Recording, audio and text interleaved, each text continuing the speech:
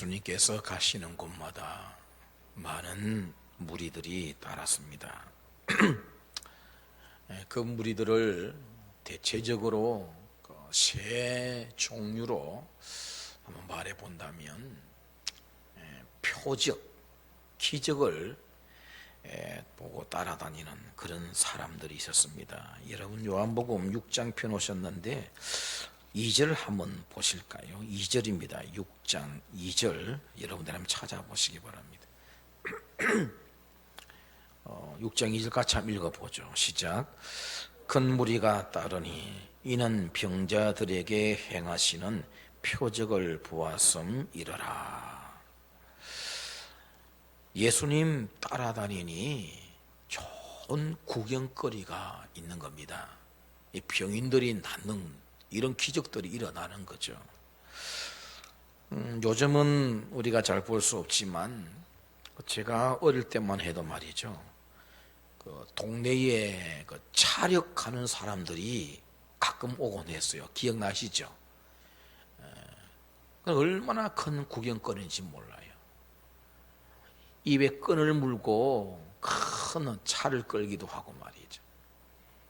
배에 이 벽돌 같은 걸 올려놓고 쇠망치로 내리치는 이런 일도 하고, 또 유리 조각을 잘게 예리하게 부숴놓고 또 그 위에 눕는단 말이죠. 그죠? 못을 목구멍으로 삼키는 이런 일. 그러면 저희들은 와 박수치고 열광을 하죠. 얼마나 좋은 구경거리였습니까? 물론 나중에는 약 팔아요. 그죠? 나중에 약 팔지만 그만한 구경거리가 저희들 어릴 때만 해도 없었어요. 예수님도 많은 기적을 행하셨잖아요.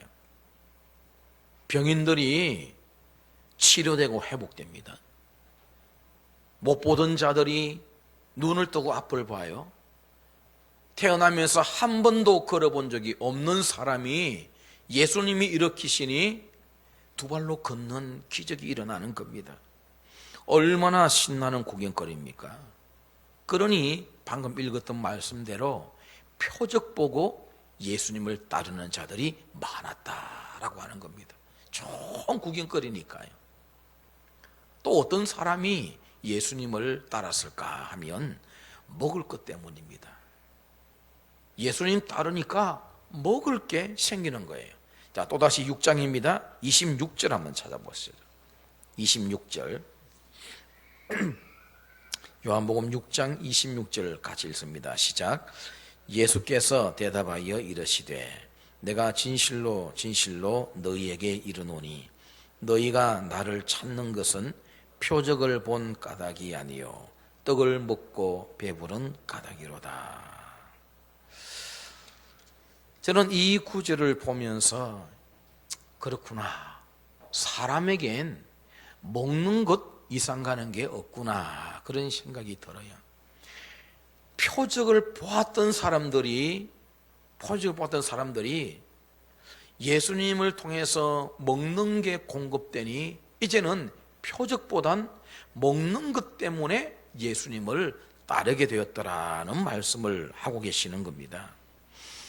오병이어가 바로 이 사건, 6장에 오병이어가 나와요. 예수님께서 보리떡 5개, 물고기 2마리, 정말 그 자기들이 보는 앞에서 기적이 일어났잖아요. 제자들이 찻대기로 가져온 거 아닙니다. 거기에 수많은 소쿠리를 쌓아놓고 거기서 떡 나눠준 거 아니에요. 자기들이 두 눈으로 똑똑히 보았습니다.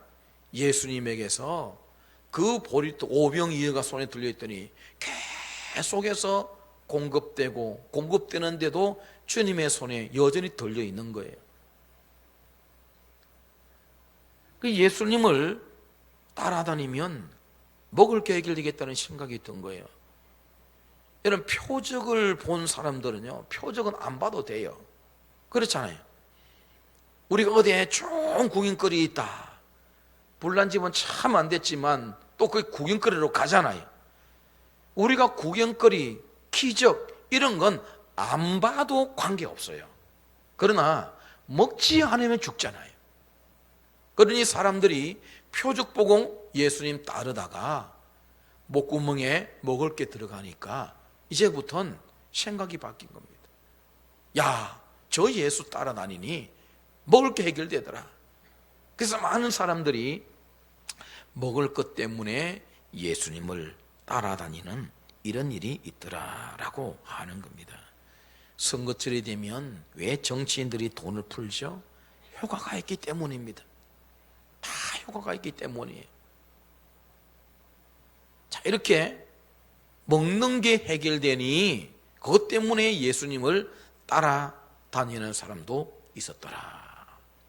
그 다음에 또 어떤 사람이 있었을까요? 진심으로 예수님을 따르는 자들이 있었던 겁니다. 예수님을 믿고 신뢰하고 주시는 말씀을 그대로 받고 사랑하는 사람들도 있었다라고 하는 거죠. 물론 뭐 이것저것도 아닌 호기심에 그냥 우 갔다가 우 돌아오는 그런 사람들도 분명히 있었을 겁니다. 그렇다면 여러분은 예수님을 왜 믿으며 왜 따르십니까? 여러분은 무엇이 좋아서 예수 믿습니까? 여러분 스스로 한번 자신을 돌아보시고 대답해 보시기를 바라요. 나는 왜 예수 믿는가? 내가 예수 믿는 목적은 뭔가? 내가 오늘 이 자리에 앉아있는 목적은 뭔가? 내가 천국 시민된 진정한 의미는 무엇인가? 그런 것들을 한번 되짚어 볼 수 있게 되기를 바라는 거죠. 방금 세 종류의 사람들을 말씀드렸는데 이들의 결국은 어땠을까요? 어떤 사람은 예수님을 떠나서 다시는 오지 않는 경우가 있었어요. 오늘 우리가 읽었던 본문 66절에 그런 말씀이 있잖아요. 많은 사람이 떠나고 다시는 주님과 함께하지 아니한 그런 경우. 물론 어떤 사람은 떠났다가 다시 돌아오는 경우도 있었습니다. 베드로 같은 경우도 처음엔 떠났던 사람이에요. 나중에 다시 예수님을 알고 예수님의 제자가 됐던 사람이지 않습니까? 어떤 사람은 끝까지 떠나지 않고 주님 곁에 머물렀던 사람들도 많이 있었습니다. 그건 말이죠. 무엇을 위해 예수님을 따랐느냐? 거기에 따라 그들의 결국이 다 달라지는 것이었습니다. 오늘 본문 이야기를 할게요. 오늘 본문은 떠나간 자들의 이야기가 등장합니다. 왜 떠났을까요? 왜 예수님 곁을 다 떠나버리고 말았을까요? 66절 말씀을 같이 한번 읽어보면 좋겠습니다. 66절입니다. 시작. 그때부터 그의 제자 중에서 많은 사람이 떠나가고 다시 그와 함께 다니지 아니하더라. 그때부터. 그러고 보면 무슨 일이 있었던 것 같아요. 그죠? 그 일을 딱 중심해서 예수님을 우르르 떠나버린 거예요. 그리고는 다시 오지 않는 많은 사람들이 있었더라라고 하는데 여기 제자 중에서 많은 사람이 그래요. 그냥 어중이 떠중이가 아니었던 것 같아요. 제자 중에서. 그렇다고 한다면 66절에서 말하는 그때, 참 의미 있는 그때임을 우리는 알 수가 있게 되어지는데, 남느냐 떠나느냐 결정 지어주었던 무슨 일이 있었던 걸까라고 하는데, 그걸 알아보고 오늘 우리에게도 도전이 되어야 될 줄 압니다. 먼저 이런 일이 있었어요. 오늘 처음 시작했던 60절 말씀에 보면 이런 말씀이 있습니다. 자, 본문 60절 같이 읽어요. 시작. 제자 중 여럿이 듣고 말하되 이 말씀은 어렵도다. 누가 들을 수 있느냐 한데. 여기 제자 중이라 그래서 여기도 아까 떠나간 사람들도 제자들이 떠났고요. 성경에서 제자하면 12제자만 가리키는 것 아닙니다. 예수님을 그래도 어느 정도 믿으며 따라다녔던 사람들을 제자들이라 그랬어요. 안 그러면 무리들 그래 버리죠. 무리들, 사람들 그래 버릴 건데 제자라고 했어요. 어느 정도 예수님을 신뢰했던 사람, 아, 이분 좀 믿을 만한데 하면서 예수님을 따라다녔던 많은 사람들 중에 어떤 사건을 딱 계기로 해서는 우르르 다 떠나버린 겁니다. 다 떠나버린 거예요.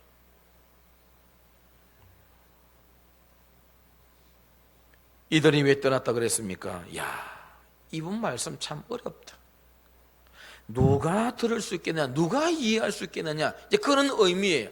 주님이 전하시는 어떤 말씀을 듣고서는 도무지 받아들일 수도 이해할 수도 없다라고 생각하고는 떠나버린 겁니다. 그게 뭐냐라고 하는, 우리가 아는 길로는요, 예수님 참 말씀 쉽게 전하셔요. 그죠? 저보다도 훨씬 쉽게 전하시죠. 어느 목사, 어느 설교자보다도 훨씬 쉽게 전하세요. 우리 주님 전하시는 말씀 보면요, 보통 일상생활에 있는 것까지 모아요. 씨 뿌린다, 바다에 그물 던져서 고기 잡는다, 무화과 나무 보여주고, 그리고 누룩, 여러 가지 증황들 다 사람들이 보고 쉽게 겪을 수 있는 그런 일들을 가지고 와서 말씀을 전하시기 때문에 그렇게 어렵질 않아요. 그런데 유독 오늘 떠나간 사람들은, 아, 이분의 말씀 어렵다, 이해를 못하겠다, 누가 저거 듣고 이해하겠노? 그러면서 떠났단 말이죠. 잠시 들려드리면 이렇습니다. 아까 말씀드렸듯이 예수님께서 베세다 들판에서 오병 이어를 통해 5,000명을 먹였습니다. 5,000명. 그 남자만 5,000명이라고 했어요. 그 5,000명을 먹이시는 사건, 이 일 때문에 많은 사람이 표적에서 먹는 것으로, 배부른 까닭으로 예수님을 따르는 것으로 바뀌었다고 말씀을 드렸잖아요. 떡을 먹었던 그 많은 사람들이 그 다음날 또 와요. 그 현장에. 지금 6장을 차차 읽어보면 지금 제가 말씀드린 이 내용이 6장의 내용이거든요. 그 다음날 그 현장에 저들이 갔단 말이에요. 예수님도 안 계시고 제자들도 없는 겁니다. 어디 가셨지? 하고서는 바닷가를 보니까, 그 갈릴리 바다 옆에 있는 들판이거든요. 바닷가에 보니까 배들이 없어요. 저들이, 아, 배 타고 바다 건너편으로 가셨구나. 그러게 여기오는 저들도 함께 배를 동원해서 바다 건너편으로 가요. 왜? 예수님 만나려고. 왜? 어제 떡 먹었고 배부른 그런 경험이 있거든요. 말씀 들은 것도 좋지만 떡 먹은 경험이 있단 말이죠. 배 타고 바다 건너편으로 갔더니 거기서 만나게 됩니다. 그리고는 묻습니다. 선생님, 언제 이곳에 오셨습니까? 언제 이곳에 오셨습니까? 그러면 예수님의 대답은 어제 왔다, 오늘 왔다, 이제 지금 도착했다. 뭔가 시간에 대해서 말씀을 해주셔야 되는데 대뜸 예수님이 하시는 말씀이 그 말씀입니다. 너희가 나를 찾는 건 떡을 먹고 배부른 까닭이로구나. 예수님은 저들의 중심을 간파하신 거죠. 저들이 왜 예수님을 이렇게 배 타는 열심을 통해서 찾아왔어요? 또 먹고 싶었어. 이 예수님을 쫓아다니면 우리 목구멍에 빵이 들어가고 내 배가 채워지겠다. 예수님은 그걸 벌써 눈치채셨어요. 그래서 아이고 선생님 언제 이곳에 오셨습니까? 라고 물으니 주님은 뭐 언제다 말씀 한마디 안 하시고 너희가 나를 찾는 건 떡을 먹고 배부른 까닭이구나 라고 말씀을 하신 겁니다. 그리고서는 일침을 하나 가하십니다. 썩을 양식을 위하여 일하지 말고 영생 있도록 하는 양식을 위해서 일을 해라. 그렇게 예수님께서 말씀을 주시는 겁니다. 무슨 말입니까? 너희들이 어제 먹었던 그 떡은 다 썩는다. 그렇잖아요. 몸에 입으로 들어가서 뒤로 배설되어 나오는 그 양식을 위해서 너희들이 그렇게 나를 찾고 그것을 위해서 일을 한다고 하는데 그러지 말라는 말씀을 하시는 겁니다. 영생하도록 있는 양식, 썩지 않는 양식, 이걸 위해서 나를 따르고 너희가 일을 해야 된다, 이 말씀을 하고 계시는 겁니다. 사실 사람들은요, 먹는 것 때문에 모든 거 한다고 해도 과언이 아니잖아요. 우리 많은 사람들이 농담합니다. 뭘 하면 야야 다 먹고 살자는 거 아니가? 우리 그 말 하잖아요.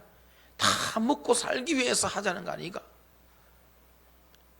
사실 거기에 우리의 목적이 있는 것을 나타내는 거죠. 그걸 위해서 사람들은 일합니다. 공부합니다. 시험도 치고 직장도 구하고 다 조금 더 편하게 먹고 살자라고 하는 것이죠. 모든 사람이 먹고 살기 위해서 있는 힘을 위해 달려가고 살아가고 애를 쓰고 있는데 주님께서 하시는 말씀이 그것 때문에 살지 마 그러시는 겁니다. 그것 때문에 살지 마 그러시는 겁니다. 썩을 양식은 아무리 많이 먹어도 썩는 건 차이가 없어요. 썩을 양식으로 살고 지탱하는 우리 몸, 이 몸도 언젠간 다 썩습니다, 여러분. 주님의 말씀은 그 말씀입니다. 왜 그걸 위해 너희 일생을 투자해야 되느냐? 그런 어리석은 행위를 하지 말라고 말씀을 하시는 겁니다. 영생하는 양식을 위해서, 나를 위해서, 나를 찾는 것도 좀 이런 일들을 위해서 찾을 수 없느냐라고 말씀하시는 거죠. 그랬더니 사람들이 묻습니다. 그러면 우리가 어떻게 해야 하나님의 일을 하는 겁니까? 우리가 어떻게 해야 하나님의 일을 하는 겁니까? 예수님께서 대답해 주시는 말씀이 앞에 29절 한번 읽어볼까요? 6장, 요한복음 6장 29절을 한번 같이 읽어봅니다. 시작. 예수께서 대답하여 이르시되 하나님께서 보내신 이를 믿는 것이 하나님의 일이니라 하시니. 하나님을 믿으라. 하나님을 믿는 게 하나님의 일이다 라고 예수님께서 말씀을 하시는 거예요. 다시 말하면 너희들이 나를 찾기 위해서 분주하게 달려가고 이리저리 왕래하고 너희들이 힘을 빼고 소진하는데 너희들이 진짜 힘을 써야 될 일은 하나님께서 보내신 나를 믿는 거예요. 그것 때문에 나를 찾고 그것 때문에 나에게 달려와야 그게 진짜 하나님의 일이야 라는 것을 말씀해 주시는 겁니다. 사람들이 되물어요. 그러면 당신을 믿도록 행하시는 표적이 무엇이며 하는 일이 무엇이냐? 우리 조상들은 광야에서 만나를 먹었지 않느냐? 30절 31절에서 그렇게 말해요. 그러면 정말 당신이 우리에게 보여줄 표적이 뭐냐? 우리가 당신을 믿고 따를 만한 표적, 여러분 생각해 보세요. 예수님께서 어제 오병이어를 가지고 5,000명 먹이셨어요. 그만큼 위대한 표적이 어디 있어요, 여러분? 더 이상 무슨 표적이 필요합니까? 저들 눈앞에 펼쳐진 광경이에요. 어린아이가 건네준 그 보리떡 5개, 작은 생선 2마리, 여자와 아이 외에 남자 장정만 5,000명 먹이는 그 엄연한 기적의 현장에 저들이 있었고 또 눈으로 똑똑히 보았습니다. 그것만한 기적이 어디 있어요, 여러분?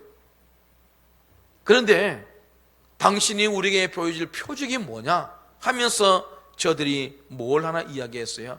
우리 조상들은 광야에서 만나를 먹지 않았느냐. 왜 이 말할까요, 여러분? 광야에서 만나가 몇 년 내렸을까요, 여러분? 예? 혹시 만나가 몇 년 내렸어요? 잘 모르시겠거든.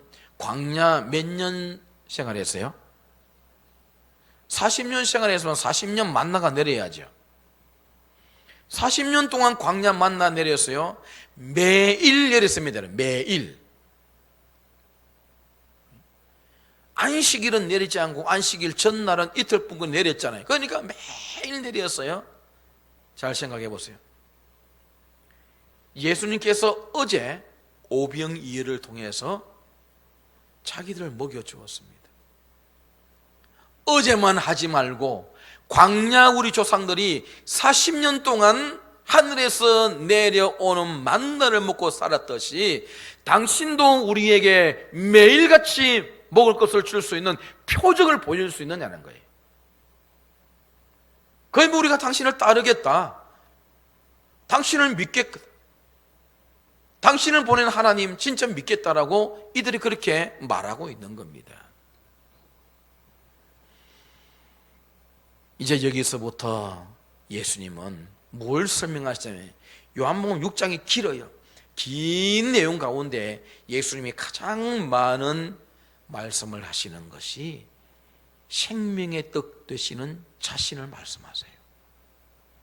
생명의 떡 되시는 자신, 내가 하늘에서 내려온 생명의 떡이다. 지금 이 사람들은 매일같이 자기들을 배고픔을 해결해 줄 수 있기를 원하고 있어요. 어제의 오병이어 기적이 오늘도 일어나고 내일도 일어나고 매일같이 마치 광야에서 40년 동안 만나를 먹고 살았듯이 당신도 우리에게 그런 표적을 보여준다고 한다면, 나타내 준다고 한다면 우리는 얼마든지 당신을 따를 수 있겠다, 믿을 수 있겠다 라고 하는 것을 이들이 말하고 있는 겁니다. 그때 주님께서 하시는 말씀이 바로 그 말이에요. 너희 조상들은 매일 떨어지는, 하늘에 떨어지는 그 만나를 먹고 살았는데 내가 하늘에서 내려온 진짜 생명의 떡이다. 너희들은 나를 먹어야 살 수 있다라고 예수님은 거듭 말씀을 하고 계시는 거예요. 그랬더니 거기 모인 사람들이 웅성웅성거립니다. 뭐라 하면서 웅성거리느냐면, 저 사람이 요셉의 아들 예수가 아니냐, 우리가 저를 알고 있는데 어떻게 하늘에서 내려왔다고 말하느냐. 그러면서 사람들이 예수님의 그 말씀을 믿고 받아들이기보다는 우리가 너무 잘 알고 있는 예수인데 뭔가 이상한 뉘앙스로 말의 방향을 바꾸고 간다는 것을 느꼈던 겁니다. 그래서 예수님이 말씀하십니다. 수근거리지 말라, 수근거리지 말라. 내게 오는 자는 누구든지 내가 마지막 날에 다시 살리고, 내가 하늘에서 내려온 생명의 떡, 영생의 떡이니 나를 먹는 자는 결코 줄이지도 아니할 것이요 목마르지도 아니할 것이다. 이 말씀을 예수님이 이어서 주십니다. 사람들이 그래요. 어떻게 자기 살을 주어서 우리를 먹게 하느냐. 이 지금 서로 대화가 나누어지질 않아요. 예수님은 진짜 자신을 생명의 떡으로, 정말 우리 모든 사람이 먹어야 영생할 수 있는 진정한 생명의 양식으로 말씀하시는데, 이 사람들은 자꾸 육적인 것으로만 받아들이려고 하니 이거 지금 전혀 예수님과 초점이 맞추어지질 않는 그런 장면을 봅니다. 자, 이제 우리가 아까 읽었던 60절, 야, 이 말씀은 어렵다, 누가 들을 수 있겠느냐 하는 것이 바로 이거예요. 예수님께서 좀 속 시원하게 알았다, 나도 광야 하늘에서 만나가 40년 동안 내려진 것처럼 나도 매일 너희들을 먹여줄게, 이렇게 하셨다고 한다면 그 사람들이 오 예수야 하면서 막 추앙하고 따랐을 겁니다. 근데 예수님은 전혀 다른 방향으로 가시는 거예요. 어제 주었던 것처럼 그런 떡을, 그런 물고기를 또 준다 만다 말씀하지 않으세요. 오히려 그 기적을 통해서 자신이 누구신가를 밝히시고 말씀하는데 초점을 맞추고 계시더라라고 하는 겁니다. 다시 말하면 육적 사건을 통해서 영적 의미를 설명하려는 것입니다. 그런데 사람들은 육적 사건을 영적 의미로 말을 하려고 하는데 이해를 못하는 겁니다. 어렵다는 말만 하는 겁니다. 결국 그래서 예수님을 떠나고 마는 일이 벌어지고 말더라라고 하는 겁니다. 예수님께서 아까 제가 말씀드린 대로 많은 비유들 말씀해 주셨어요. 일상생활에 일어나는 일들, 씨 뿌리는 것, 그리고 그물 던져서 물고기 잡는 것, 이런 여러 비유들 보면 전부 한결같이 일상생활의 모든 사람에게 일어날 수 있는 육적 일이에요. 그 육적 일을 끄집어 와서 예수님은 절대 육적인 교훈으로 마치는 적이 없습니다. 항상 영적 교훈으로 말씀을 마치세요. 그렇잖아요. 근데 그걸 육적 교훈으로만 받아들이고 뒤에 진짜 말씀하시는 영적 교훈을 받아들이지 않는 사람은 전부 무너집니다. 다 떠나가요. 오늘날 교회도 말이죠, 육적인 문제 가지고 교회 나올 수 있어요. 교회 나올 수 있어요. 제가 여러분들에게 한번 오래전에 예화를 한번 들은 적이 있어요. 제가 섬기던 교회에 집사님 한 분이 전도해서 예수 믿었어요. 교회 나왔어요. 교회 나와보니까 얼마나 많은 사람이 앉아 있습니까? 이분이 가스를 파는 분이었어요. 그 부엌 LPG 가스라 그래요. 그거 파는 분이었거든요. 그러니까 교회 전도받고 첫 예배 딱 앉는 순간 그분의 간증이 그랬어요. 전부 자기 고객으로 다 보이더라고요. 와, 이 교회단 이 사람들만 내 고객이 되면은 야 얼마나 여러분 흐뭇하겠습니까? 돈 세는 게 생각이 나지 않겠어요? 그것 때문에 교회 나오기 시작했어요. 근데 여러분 교회 성도들은 말이죠, 또 그 안 해주잖아요. 원래 늘 사용하는데도 있고 하면 또 그 사람 해주지, 몇몇 사람만 좀 이렇게 바꾸어서 이용을 해주지 않습니까? 이 실망이 이만저만이 아닌 거죠. 그러면서도 교회는 나왔다 그래요. 그런데 교회를 한 번, 두 번 나오고 주일에 앉아서 자꾸 말씀을 듣고 성경이 뭔가를 알고 예수님이 누군가를 알아적하니까 자기가 처음에 가졌던 그 육적인 목적이 사라지더래요. 아, 내가 가스 팔 것을 생각해서 이 교회에 나와 있었지만 진짜 그것이 내게 중요한 것이 아니구나 하고서는 예수님을 진짜 알고서는 생각을 바꾸어 버렸습니다. 생각을 바꿈과 동시에 그분의 직업도 바꾸어 버렸어요. 왜? 가스하면 주일날도 부르면 배달 가야 되거든. 이 사람이 나중에 중직자가 되어지는, 아주 열심히, 진짜 열심히, 자고도 아주 친하죠. 그런 분이 된 것을 볼 수 있게 됩니다. 여러분, 그래 교회는 누구든지 육적 목적 가지고 나올 수 있어요. 그러나 그것을 영적으로 성화시키지 않으면 반드시 실패하고 무너지게 되어 있습니다. 예수님의 전체 교훈이 다 그래요, 여러분. 하나도 빠짐없이 다 그래요. 전부 육적인 것을 끄집어 와서 가지고 말씀하시다가 반드시 영적 교훈으로 마치는데, 이걸 들을 수 있고 받는 자들은 다 주님을 진지하게 따르지만 그렇지 못한 자들은 오늘 60절 말씀처럼 어렵다, 야, 다 떠나버리는 겁니다. 다 떠나버리는 이와 같은 일들이 일어나더라라고 하는 겁니다. 자, 여러분, 이 떠나가는 자들, 많은 무리가 떠납니다. 예수님을 바라보다가 예수님의 등 돌리고 떠나는 저들을 바라보던 예수님의 시선을 한번 생각해 보세요. 저들이 떠나가는 등을 바라보던 그 시선을 그대로 예수님은 누구에게로 옮겼느냐 하면 12 제자에게 옮겼다고 되어 있어요. 12 제자에게 이르시되 67절에 너희도 가려느냐. 저들을 참 슬프게 바라보시던 그 주님의 눈빛이 따르는 12 제자를 향해서 딱 고정시키더니 하시는 말씀이 너희도 갈래, 그 말입니다. 너희도 저들과 같으냐? 너희도 육적 목적을 가지고 나를 따르느냐? 그래서 너희들도 다 가려느냐? 예수님이 그렇게 물으시는 겁니다.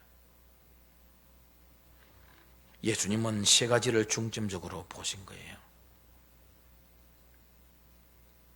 첫째는 자신을 임금 삼으려고 하는 이 사람들의 의도를 본 것입니다. 오병이어의 기적을 경험했던 이 사람들이 금방 오병이어를 통해서 배불림을 받고 예수님을 붙들고 뭐라고 요구하느냐면 우리 임금이 되어 주십시오. 우리 임금이 되어 주십시오. 그런 요구를 하게 돼요. 6장 15절을 보면 알 수 있습니다. 왜 저들이 예수님을 임금 삼으려 했을까요? 당신이 우리 임금 되게 되어 주시면 우리가 굶을 일이 없겠습니다. 우리가 계속해서 배불리 먹을 수 있겠습니다. 라고 하는 의미로 예수님에게 우리 임금 되어 달라고 요청을 했던 겁니다. 예수님의 반응이 어땠을 것 같아요, 여러분? 저들의 말에 아무런 반응 안 하시고 제자들을 향하셨습니다. 제자들에게 빨리 배 타고 건너편으로 가라. 빨리 배 타고 가라. 제자들을 배에 태우고서는 예수님 자신은 산으로 들어가 버리셨습니다. 임금이 되어 주십시오라고 요구하는 저들에게 재촉했다는 재촉, 야 빨리 떠나 빨리 떠나, 이곳에 더 있어서는 안 되겠다는 주님의 의도를 볼 수가 있는 거예요. 여러분, 오늘도 마찬가지입니다. 어떤 육적 목적을 가지고 예수님을 찾고 붙들고 하는 자가 있으면 예수님은 관계없는 자가 되고 맙니다. 예수님 우리에게서 떠나버리고 말 거예요. 비록 육적 문제를 가지고 처음 주님을 찾아왔다 할지라도 주의 교훈을 받고 주님을 알고부터는 그 육적 목적이 아니라 영적 목적으로 바뀌어가야 항상 주님과 함께 있을 수 있는 겁니다. 이걸 놓쳐서는 안 돼요. 세상에서 내가 편하게 먹고 있고 마시는 일에 예수님을 이용하려 든다면 예수님은 더 이상 내게 구세주로 계시지 않을 것이라는 사실을 기억할 수 있어야 됩니다. 또 하나는 영적 일에 도무지 관심이 없는 사람들의 모습을 보셨다는 거죠. 물론 예수님은 세상에 오실 때 육적 모습으로 오셨어요. 말씀이 육신을 입어 이 땅에 오셨다 그랬잖아요. 분명히 육적인 모습을 가지고 오셨어요.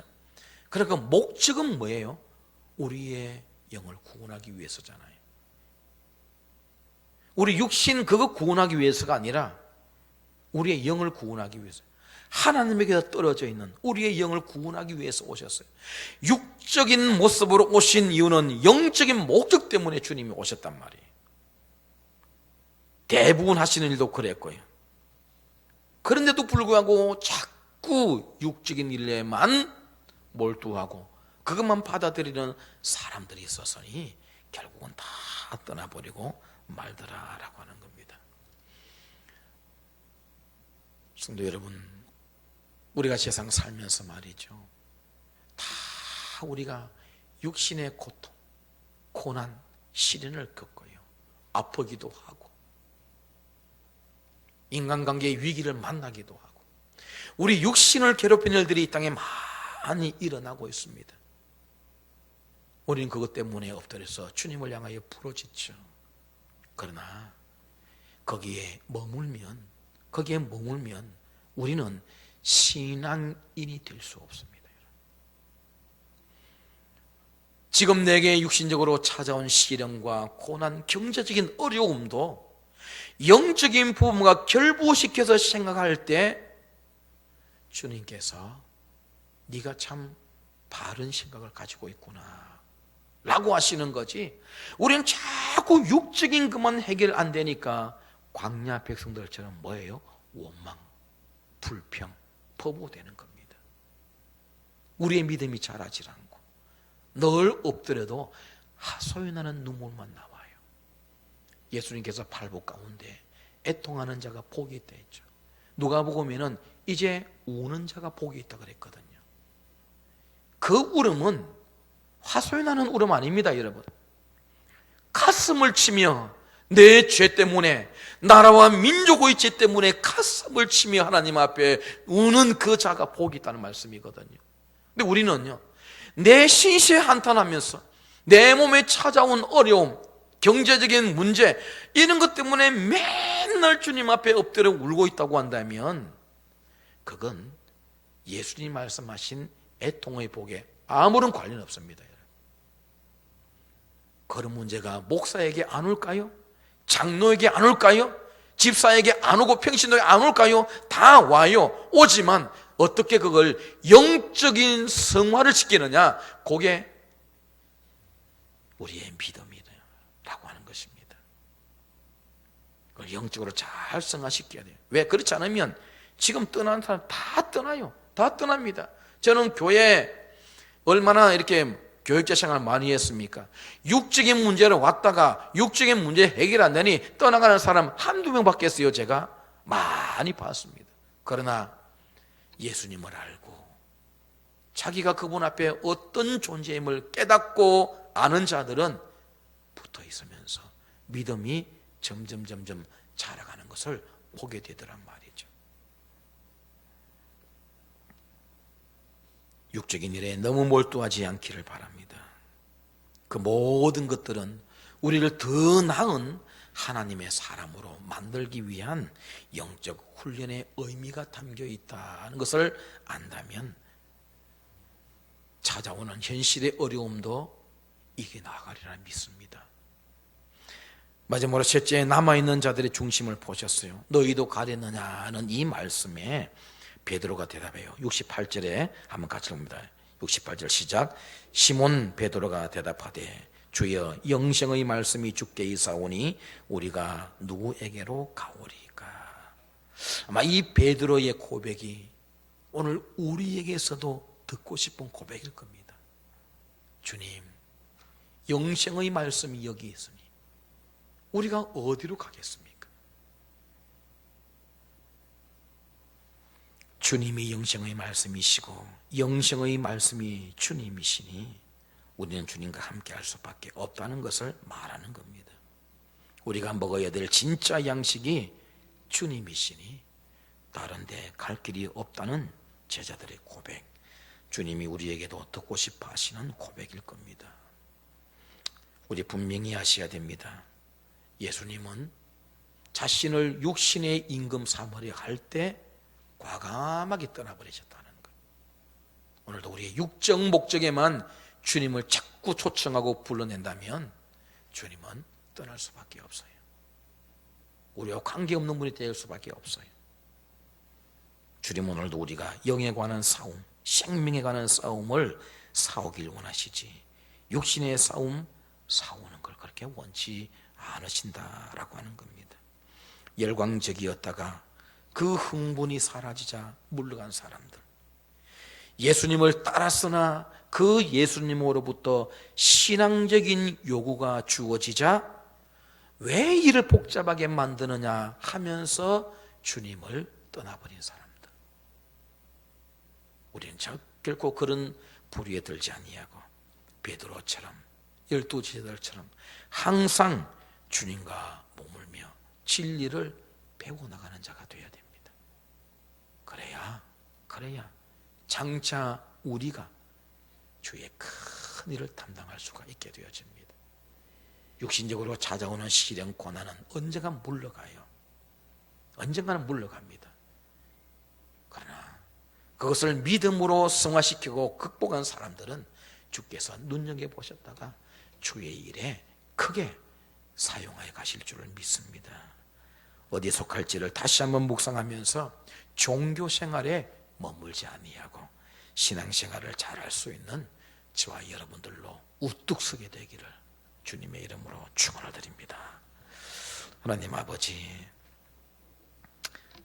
우리는 어떤 목적을 가지고 주를 따르고 섬기며 믿고 있는지 이 말씀 앞에 깊이 자신을 묵상하게 하시고 행위나 육적인 목적에 모든 것을 걸고 있다고 한다면 오늘 이 말씀의 교훈 앞에서 다시금 깨닫고 영적 교훈으로 반드시 승화시켜 가게 하시사 주님이 참 우리에게 주시는 놀라운 은혜가 정말 우리의 것이 될 수 있도록 인도하여 주시옵소서.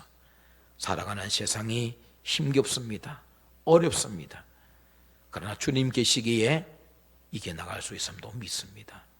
흔들림 없는 믿음으로 살아가게 하시고 언제나 승리하였다가 주 앞에 나와 예배하는 온 성도들 꼭 되게 하여 주시옵소서. 예수님의 이름으로 기도드리옵나이다. 아멘.